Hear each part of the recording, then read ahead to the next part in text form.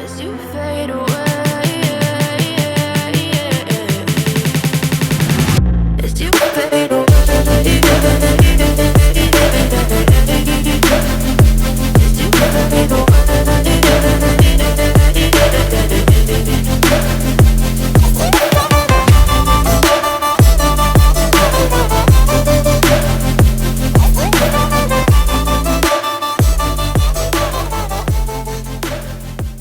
Hey everybody, so today's a kind of a big night for me. Not only am I a fan of, Back to the Future, Ghostbusters, Star Wars, Marvel stuff, all that geeky kind of stuff growing up, but one of my favorite directors is Kevin Smith. And I was fortunate enough to score some tickets to a Clerks III showing tonight. In addition to that, though, I also got the VIP tickets, which comes with a photo op / meet and greet with him after the Q&A after the show. So I'm hoping I might be able to get him to sign my Secret Stash book, and possibly get, some photos and videos of him to share with all of you.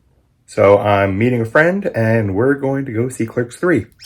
Yeah. All right, so this is my friend Tony, and he's actually the one who introduced me to Kevin Smith a long time ago. I mean, we've been friends, God, how long have we been friends now? Like 22 years. 22. Our friendship's old enough to drink. Yep. And it's probably going to have a few libations today.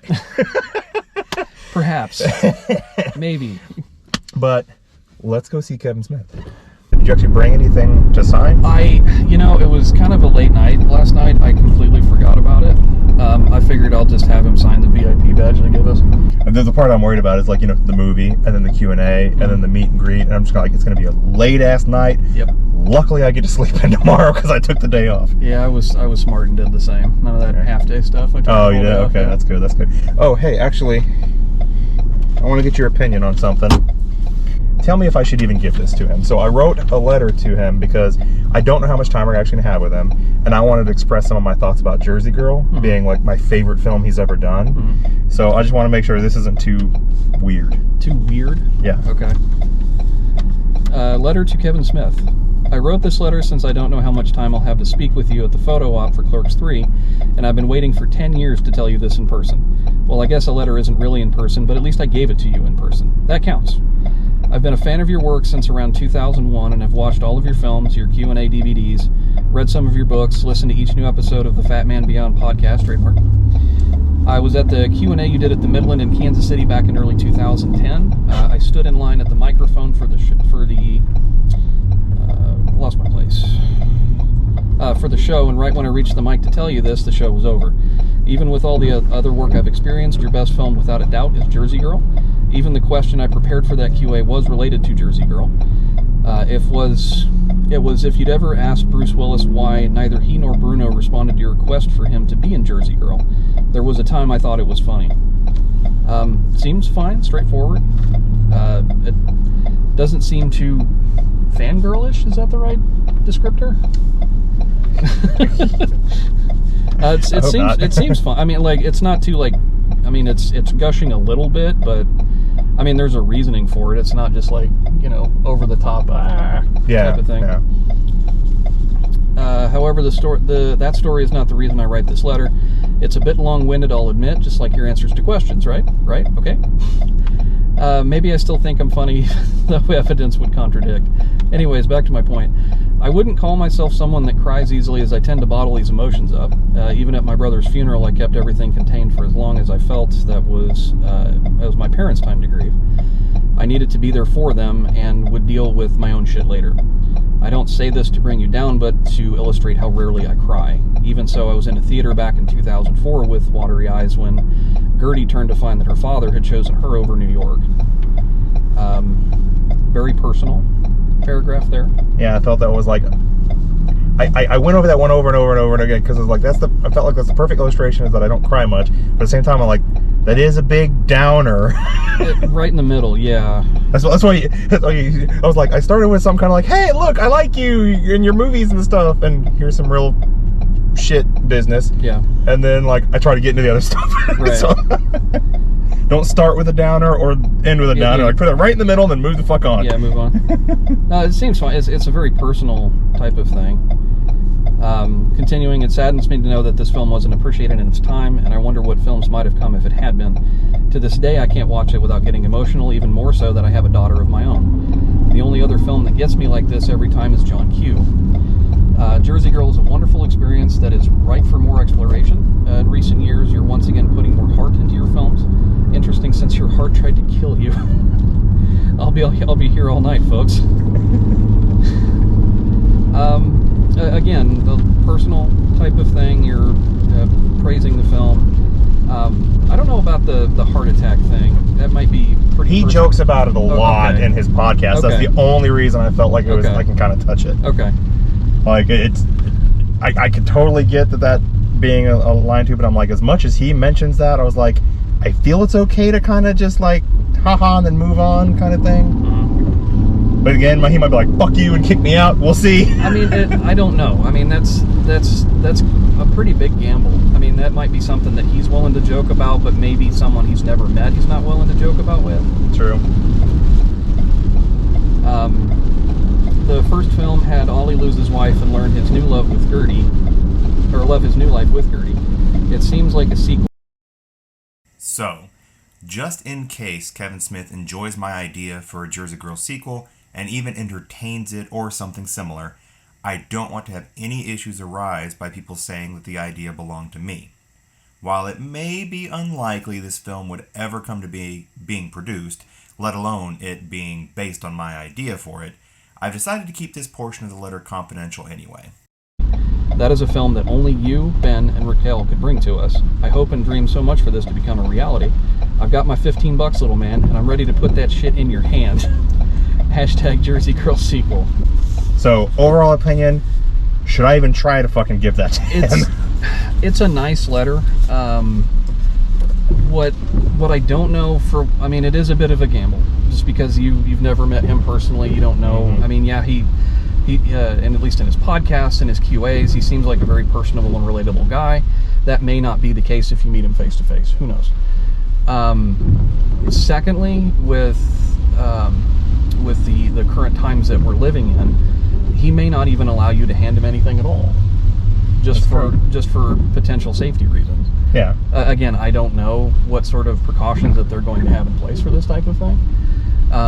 Some of the more recent meet and greets that I've seen at like Comic-Cons and stuff like that, they will have like a plexiglass shield in between the celebrity and the person that's paying to have a picture taken with them. Mm-hmm. And like they can't reach around it, they can't touch each other, they're just there. I don't know if it's going to be a similar type of situation in that either. Yeah, no, and I'm having to weigh it against, like, so they're filming a lot of the, like, it's like background footage or behind the scenes footage or whatever you want to call it. Yeah. Of this whole, journey of showing Clerks III across the United States. And I did see footage in the last episode where during, like, the whole photo op kind of thing with some of that Kevin Smith Club members, they were, all up next to him and talking and stuff like that. But one of them he'd actually, like, I get met before, and that's the one he was talking to. So, like, I don't know if it's going to be that personal or just the fact that he knew this person once before and this person brought him a giant fucking joint. Right. Maybe or not. what. Yeah. So, yeah, I have no fucking clue. So it's more of like, I'll have it in my pocket, and if I can, cool, here. If I can't, oh, well, hey, can you, handler of Kevin Smith, give this to Kevin Smith? You can read it ahead of time and make sure it's approved, and if you think it's shit, throw it away, that's fine. If anything, I'm betting it'll be something like that. Yeah, no, definitely. I'm only able to base the idea of being able to get the stuff to him. It's just like, since I listened to that podcast, hearing how he, like, portrays, like, when he's met fans and what's happening with them. But again, like, yeah, these could be one-off situations. I have no idea. We'll find out tonight. Yeah, it's a gamble. I mean, I would recommend going with the flow. And I'm not gonna run. I'm not like some psycho's like, Kevin, and just like dive on him, take my ladder. No. I would highly recommend against pursuing such an activity. could make some great footage, though, of me being arrested. On the news. Which is generally not a place that you want to be. But yeah, no, just see what happens. I mean, if other people hand him stuff, well then yeah, then you got a little bit of an in. Hopefully he'll read and get back to you, perhaps. Who knows? Well, even if he doesn't get back to me, like, really the end goal is to be like, if you haven't thought of this, here's an idea that I am happy to just give to you 100% for free, because I would like to see that. It's worth a shot. Maybe give me a cameo where I'm like, I walk in and buy a pack of cigarettes and be like, thanks man, I walk out. Buy a pack of nails. Yeah, just give me a quick little cameo that's in the movie,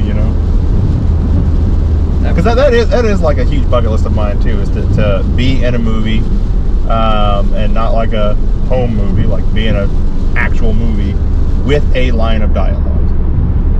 I have no aspirations of trying to be an actor, because that ship would have sailed a long time ago, since I'm, almost 40 now, and have never even tried to do any acting.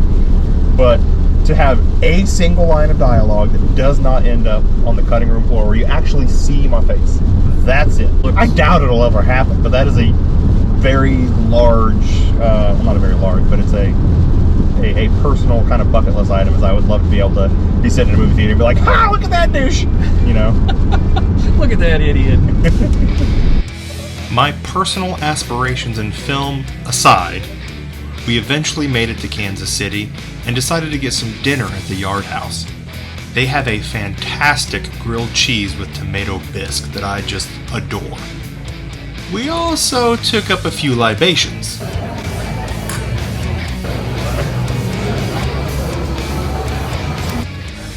With full bellies, we could now step over to the venue for the show. I've been to the Midland a few times for a variety of shows, such as concerts, Q&As, stand-up comedy, and the like. Still, each time I marvel at the interior. It's gorgeous. The only downside are the seats. This specifically applies to anyone with shoulders more than 12 inches apart. They really do cram you in there, so personal space is not a thing here. But hey, for a show like Clerks III and the others I've been here for, I'll deal with it.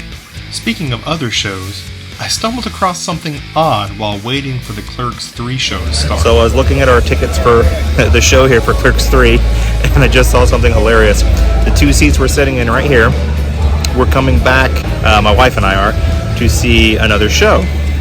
And our seats, instead of the one I'm in and the one Tony is in, is the one Tony is in and the one right there. You move 3 inches over and you're good. And you know right where to go. See, I may need to have you switch seats with me so I can have the same seat for the show. You really want to do that?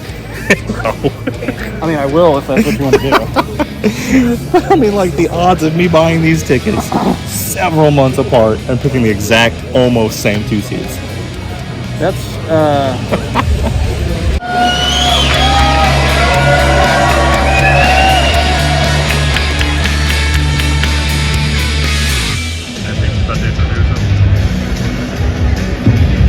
Hey! All right. Good evening, everybody. Welcome to the Convenience Tour. How are you? Now, we obviously couldn't shoot anything during the film, and we were asked not to do so during the Q&A as well. But then came the VIP experience. All the VIPs were lined up, and Kevin Smith walked down the line signing one item for each guest. Since the book I was going to bring was so large, I ended up leaving it in the car because I didn't want to carry it around.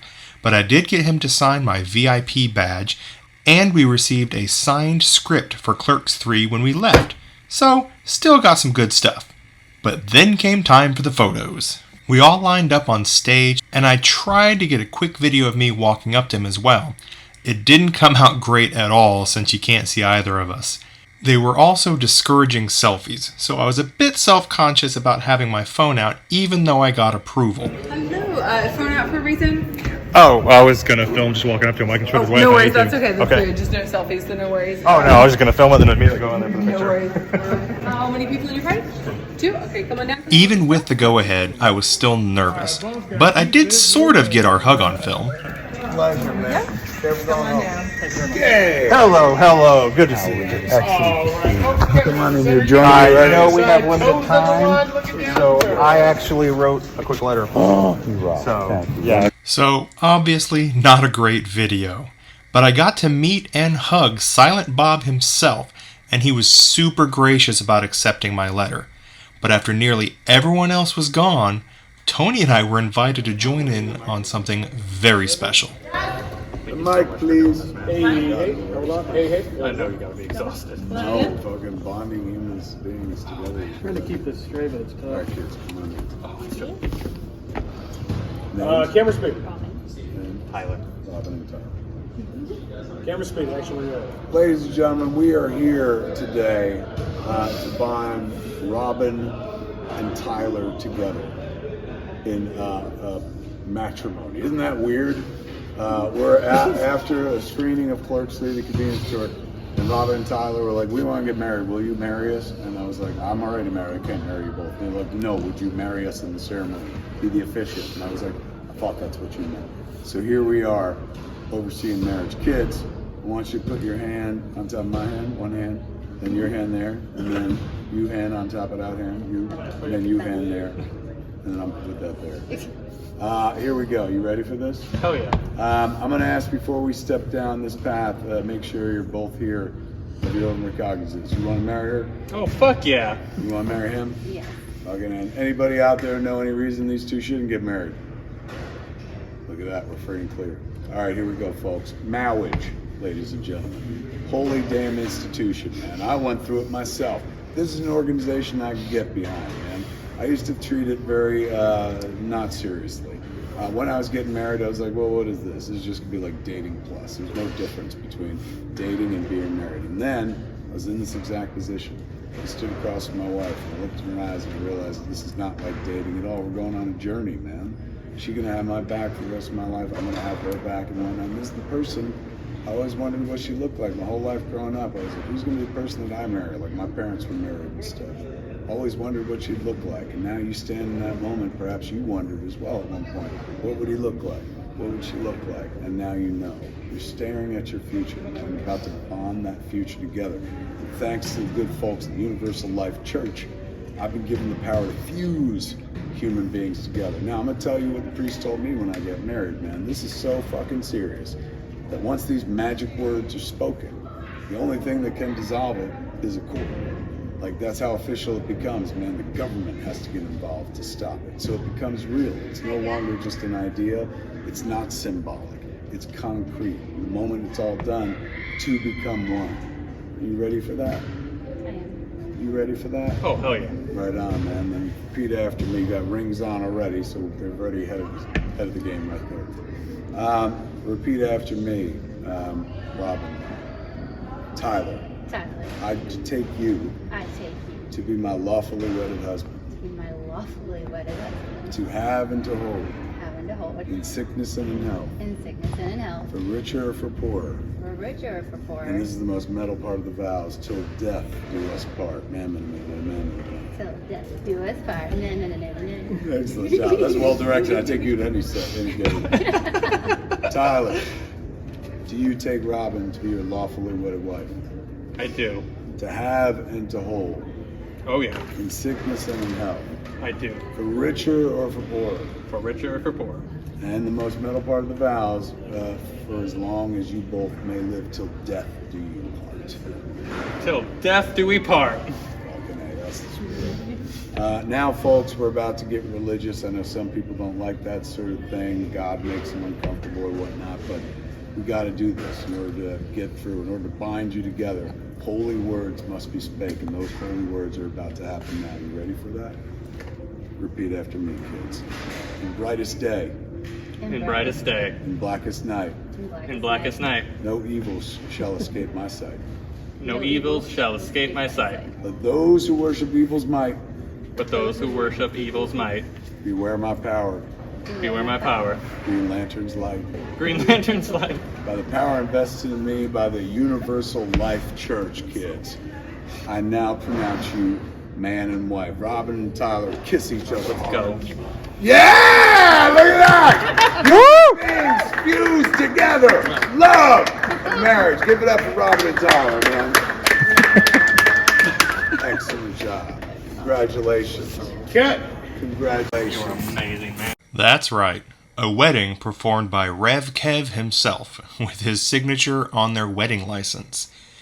We met Robin and Tyler in the line for photos, and they were kind enough to let Tony and I join these festivities and be official videographers. You never know what you're in store for when you have an evening with Kevin Smith. Our thanks go to Robin and Tyler for letting us be a part of this, and a greatest of congratulations on an extremely memorable wedding. So we came to see Kevin Smith and didn't realize we were going to be part of a wedding. That was pretty cool. Free videographers. Overall, night was great. But we got back to the car and the whole garage is locked and they wouldn't let us get in to get our car. So I had to call some number and they're like, "You're supposed to be out by midnight." And I said, "I specifically asked when we pulled in if this lasts until the event's over, if we need to go somewhere else. It's almost 1 in the morning." But they're letting us in. All right, night's over. It was well worth it. It was great, but I'm tired. I am too. I'm gonna go get some sleep. We'll continue with our destination next week.